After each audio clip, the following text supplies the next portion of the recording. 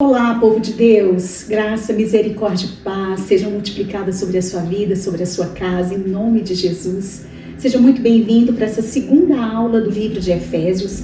Hoje nós vamos entrar no capítulo 2 desse livro tão precioso que nós começamos a estudar na semana passada, onde nós aprendemos versículo por versículo do capítulo 1 de Efésios. E nessa primeira aula nós falamos que essa cidade de Éfeso, a cidade de Éfeso era a capital da província romana na Ásia. E essa igreja então recebe essa carta tão preciosa do apóstolo Paulo, que é uma das cartas da prisão, que é o que nós estamos estudando nessas últimas 10 ou 11 semanas. E ali na carta aos Efésios nós também aprendemos qual que é o tema central, nessa primeira aula. O tema central da carta de Efésios é a igreja no contexto da eternidade. E também nós aprendemos que Éfeso, na verdade, é a igreja que recebe, A igreja de Éfeso é a igreja que recebe essa carta, mas teologicamente a gente sabe que foi uma carta doutrinária para toda aquela região da Ásia. Amém? Então vamos lá? Pegue a sua Bíblia em Efésios capítulo 2.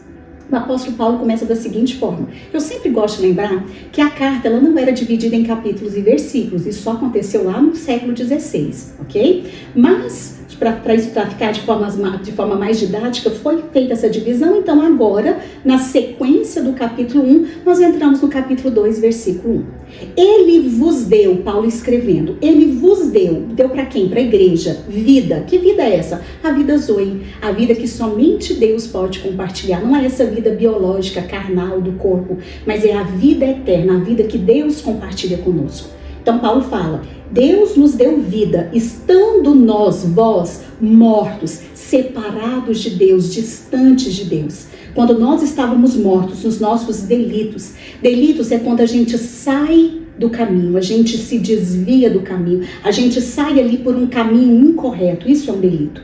E pecados? Pecado nos fala da falha no cumprimento da vontade de Deus ou na falha do padrão de Deus para a vida humana. Então, quando ele fala, nos deu vida, quando nós estávamos mortos nos nossos delitos e pecados, ele está falando, nós um dia escolhemos nos afastar de Deus, nós escolhemos um caminho incorreto e nós falhamos no padrão de Deus. Eu sempre uso um exemplo, vou contar aqui rapidinho para vocês, apesar que a nossa aula é bem rápida e dinâmica, mas sempre quando eu falo da questão da separação do homem de Deus e de não alcançarmos o padrão de Deus, é como se Deus chegasse para cada um de nós, cada ser humano, e falasse assim, o meu padrão é elevadíssimo, e para que vocês consigam salvação, para que vocês consigam a restauração com a minha vida, com a minha pessoa, vocês têm que aprender a pular da terra até o céu em um salto. Não pode ser dois, não pode usar recursos. Com as suas pernas vocês têm que pular da terra até o céu, até as nuvens. Então, mesmo que a gente treinasse, por mais que a gente fizesse tudo o que poderia ser feito humanamente, possível ou impossível, nós nunca alcançaríamos esse padrão. Jamais homem nenhum saltou a essa altura, sem recurso algum. Então, Jesus veio para cumprir essa exigência do Pai. Cristo perfeito, Cordeiro Santo sem defeito, veio para cumprir a total e imensa exigência do Pai, que era justamente isso, cumprir toda a justiça de Deus. Então, quando aqui fala, que nós estávamos mortos e Ele nos deu diante dos nossos delitos e pecados, é porque Cristo, Ele satisfez a justiça de Deus, e Cristo foi esse que teoricamente, entre aspas, segundo a nossa forma de falar aqui, para você entender, é como se Cristo pulasse da terra até as nuvens, com cada homem e mulher no seu colo, e cumprisse a justiça dos delitos e pecados que eu e você cometemos. E aí ele continua, nos quais andastes outrora. Em quê? Nos delitos e pecados, segundo o curso deste mundo. O mundo é o sistema, é o que 1 João capítulo 5, versículo 19, o apóstolo João fala, o mundo jaz no maligno. É esse mundo, esse sistema que nós temos, que é vigente, que domina o mundo. Segundo o príncipe da potestade do ar, que é quem? Que é o diabo, que é Satanás. Do espírito que agora atua sobre os filhos da desobediência. Quem são os filhos da desobediência? Os ímpios, aqueles que praticam a iniquidade, aqueles que praticam os delitos, que praticam os pecados, que estão afastados de Deus. É isso que ele fala. Nós andamos segundo esse mundo e nós andamos segundo a autoridade de Satanás nas nossas vidas. E é interessante falar que delito é consciente. Quando nós pecamos, quando nós cometemos delitos, nós sabemos. Mas o pecado em si, ele está enraizado no nosso corpo. É uma falha moral, é uma falha total total do homem. Nós não conseguimos tirar o pecado de nós, por nós mesmos. O pecado foi necessário, de uma vez por todas, foi de suma importância que Jesus cumprisse a justiça de Deus, levando sobre ele o nosso pecado. E justamente ele que não cometeu pecado algum. Nós, como homens, nós jamais conseguiríamos pagar o preço do pecado, mas Cristo se fez pecado no meu e no seu lugar. Amém? Glória a Deus por isso. Vamos continuar. Então, Paulo está falando, né, dos filhos, daquele que agora atua nos filhos da desobediência, entre os quais quem? Esses filhos da desobediência, também nós andamos outrora, segundo as inclinações da nossa carne. A nossa carne fala da natureza humana caída, que a partir de Adão e Eva, quando eles comem da árvore do conhecimento do bem e do mal, a nossa carne fica contaminada com o pecado. E essa carne aqui já não quer Deus, não quer intimidade com Deus, é isso que ele está falando. Então, nós andamos segundo as inclinações da nossa carne, fazendo a vontade da carne e dos pensamentos, a nossa mente. Aqui os pensamentos, a mente fala de uma forma de pensar desviada do padrão de Deus. E se eu te perguntar, você vai concordar comigo. Quantos de nós lutamos contra os nossos próprios pensamentos o tempo todo? Porque o Espírito está pronto. Em Cristo nós fomos feitos novas criaturas no nosso Espírito. Mas o nosso corpo ainda precisa ser glorificado. E a nossa mente ainda precisa ser renovada todos os dias. A tal da metanoia. Então nós precisamos passar por um processo de transformação da nossa mente. A partir de quem? Da ação do Espírito Santo de Deus na nossa vida. A sequência do versículo 3, Paulo continua: éramos por natureza. Que natureza é essa? Natureza caída. 2 Coríntios capítulo 5, versículo 17, fala assim: e assim, se alguém está em Cristo, nova criatura é. As coisas velhas já passaram, tudo se fez novo. É justamente o que Paulo está falando. Éramos por essa natureza, a natureza antiga, aquilo que passou.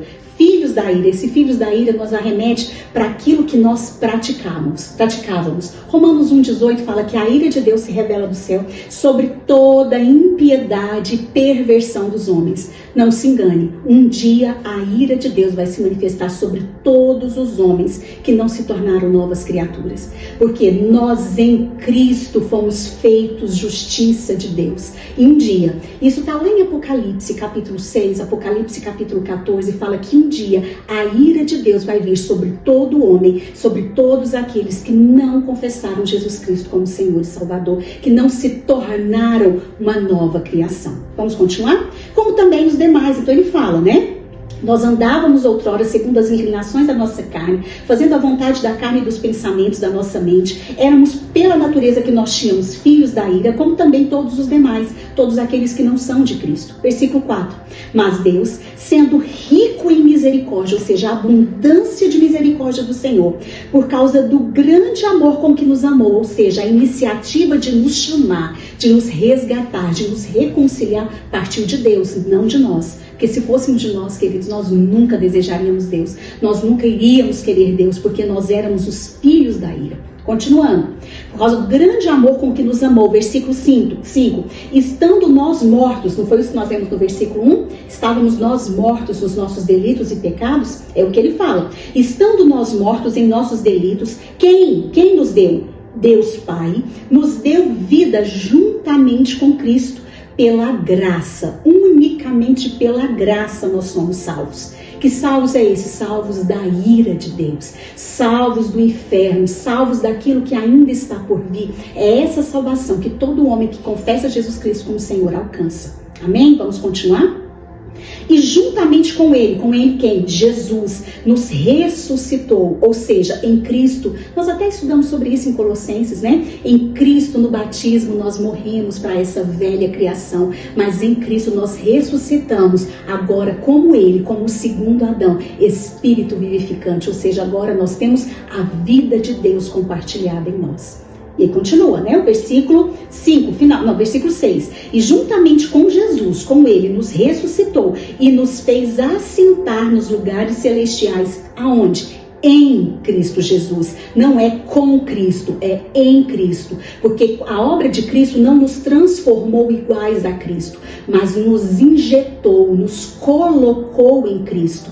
E o próprio apóstolo Paulo fala na carta aos Gálatas: nós nos revestimos de Cristo. Ou seja, a posição que nós temos de nos assentar nas regiões celestiais, nós só temos porque nós estamos inseridos em Cristo. Amém?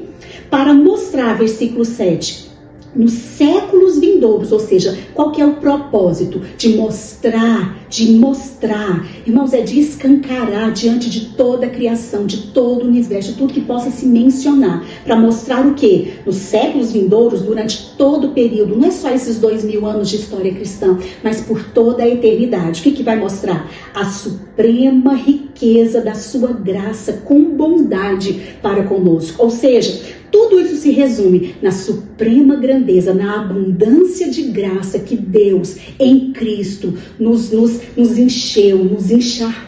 Irmãos, não sei se você consegue ter noção do que Deus fez, do amor de Deus para conosco. Ele enviou o seu único Filho, unigênito do Pai, para que todo aquele que nele crê, João 3,16, não pereça, não vá para o inferno, não tenha condenação eterna, mas tenha a vida eterna, essa vida zoe que só Ele pode compartilhar conosco.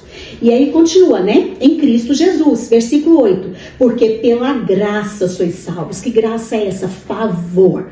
Nós não tivemos que fazer nada. Você não teve que fazer com as suas mãos. Você não teve que andar para receber isso. Foi pela graça. Mas existe um parâmetro, existe um instrumento pela qual você é salvo. É mediante a fé em Cristo Jesus. Você não precisa praticar obras, mas no seu coração você precisa crer que de fato e de verdade Jesus é o único Senhor que te conduz a Deus. Jesus é o único que pagou o preço por mim e por você. Como diz João 14,6, eu sou o caminho, a verdade e a vida. Ninguém vem ao Pai a não ser por mim. Jesus mesmo declarou isso. Então é mediante a fé. E isto não vem de vocês, não tem nada a ver com vocês, é dom de Deus. Vocês não tiveram que fazer nada, vocês tiveram que crer que Jesus Cristo é Senhor, para que vocês recebam graça e salvação.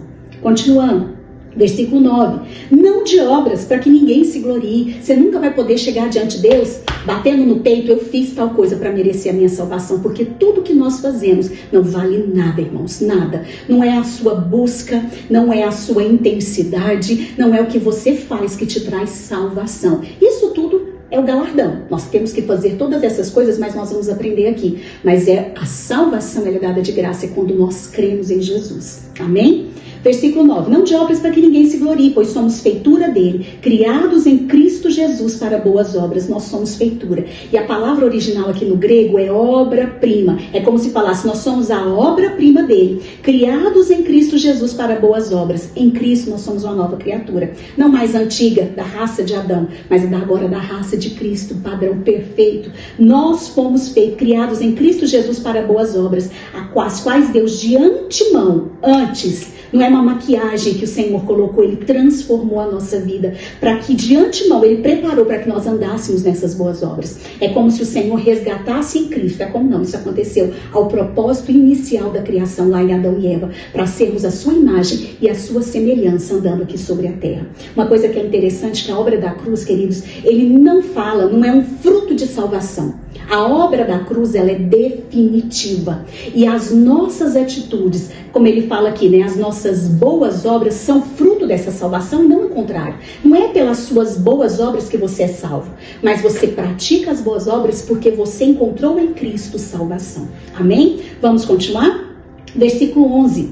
Portanto, lembrai-vos de que outrora, Paulo está falando, lembrai-vos de que outrora, no passado, vocês eram gentios na carne. Nós já estudamos isso também nos outros livros, né? O que é gentil? Todo aquele que não é Israel, todo aquele que não era israelita, todo aquele que não era descendência carnal de Abraão, ou seja, eram considerados gentios. Então, vocês outrora eram gentios na carne, chamados incircuncisão, por aqueles que se intitulam circuncisos. Nós também aprendemos que agora em Cristo não existe mais circuncisão na carne, mas ela é no Espírito. Não foi isso que nós aprendemos? E aqui a Bíblia fala, né, que o apóstolo Paulo está falando, que nós éramos gentios, nós éramos incircuncisos. Mas se a gente pegar a Bíblia, vai lá para Filipenses capítulo 3, versículo 3. Porque nós é que somos a circuncisão. Nós que adoramos a Deus aonde? No Espírito, não por rituais mais, mas no Espírito. E nos gloriamos em Cristo Jesus, não confiando mais na nossa carne. O apóstolo Paulo fala isso. né? Lá em Filipenses ele fala assim, ó, se tinha alguém que podia gloriar na carne, era eu, porque eu era judeu de judeus, era fariseu, era da tribo de Benjamim, era tudo mais. E ele fala, se tinha alguém que podia confiar na carne, esse cara era eu. Mas agora não é mais a circuncisão do prepúcio, como Deus falou para Abraão lá em Gênesis capítulo 17. Não é mais uma marca que fazem todo macho nascido no 8º dia. Agora é algo que o Senhor Jesus fez no nosso coração, transformando-nos em nova criatura. E agora nós adoramos, como Paulo fala em Filipenses, no Espírito. Amém? Vamos continuar.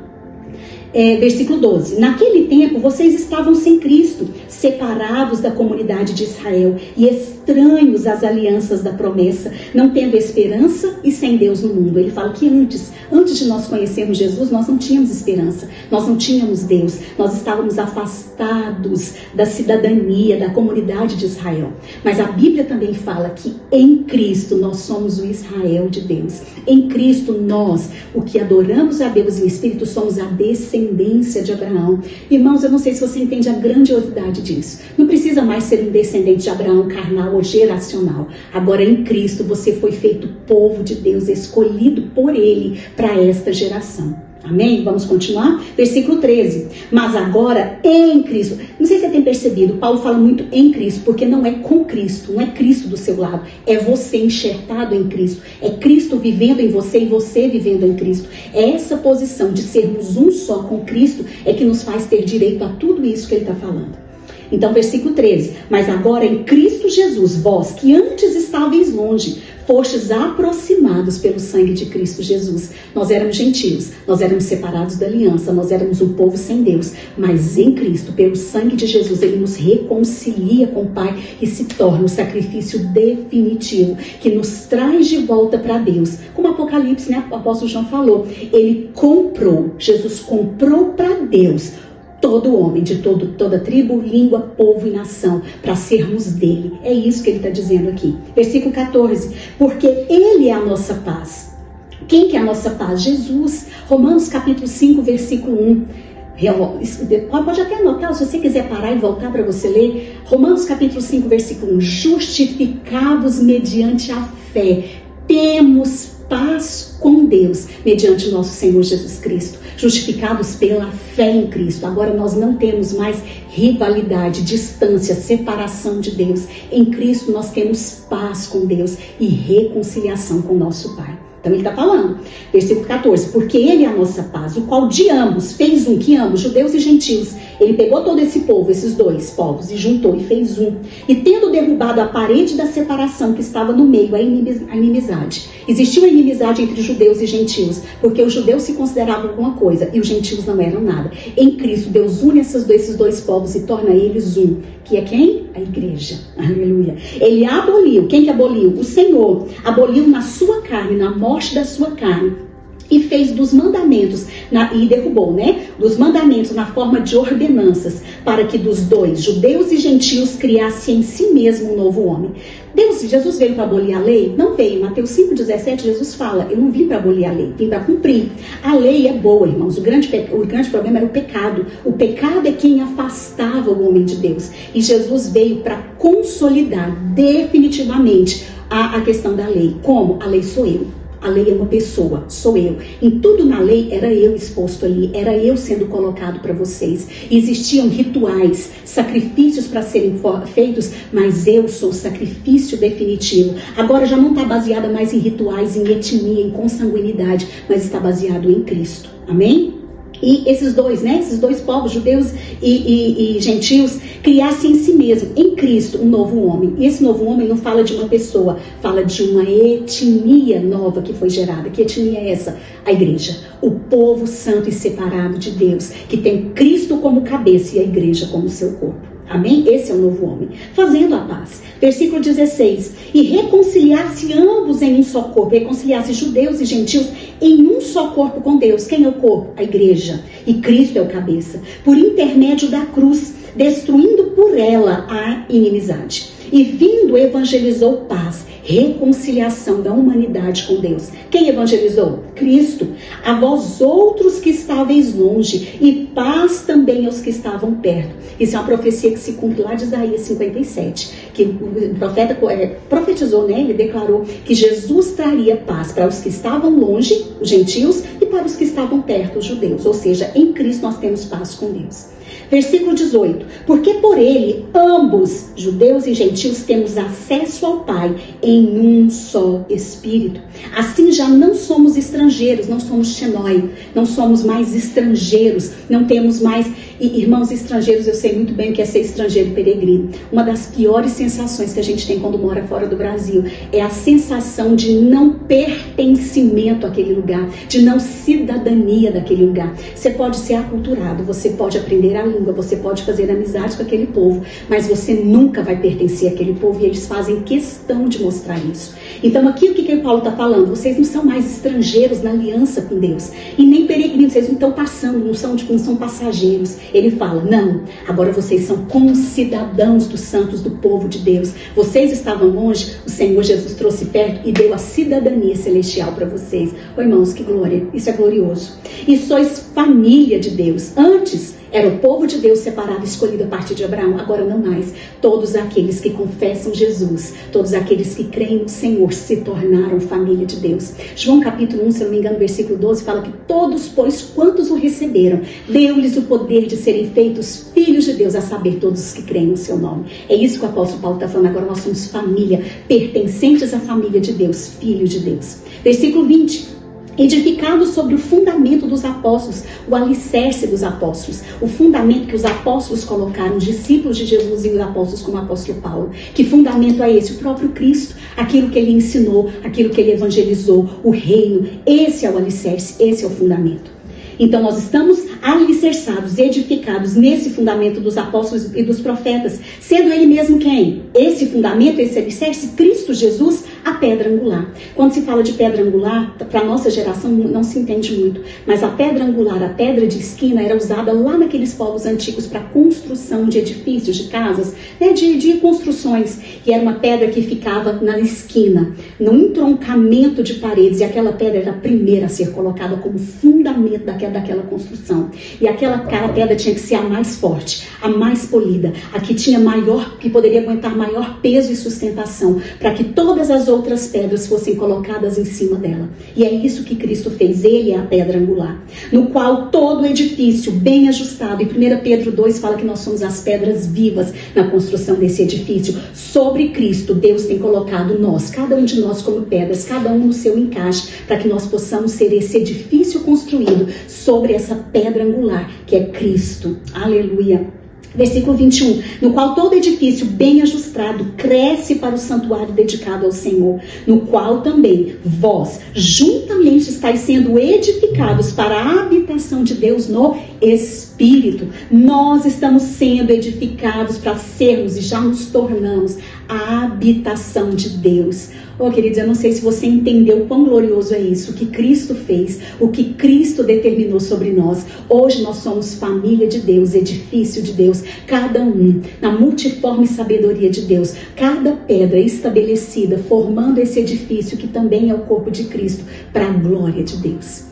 Que Deus te abençoe, que nessa palavra o Senhor encontre no seu coração a terra fértil para produzir frutos em abundância, não só para essa vida, mas para a eternidade. Te vejo na próxima aula no estudo de Efésios capítulo 3. Um grande beijo, Deus te abençoe.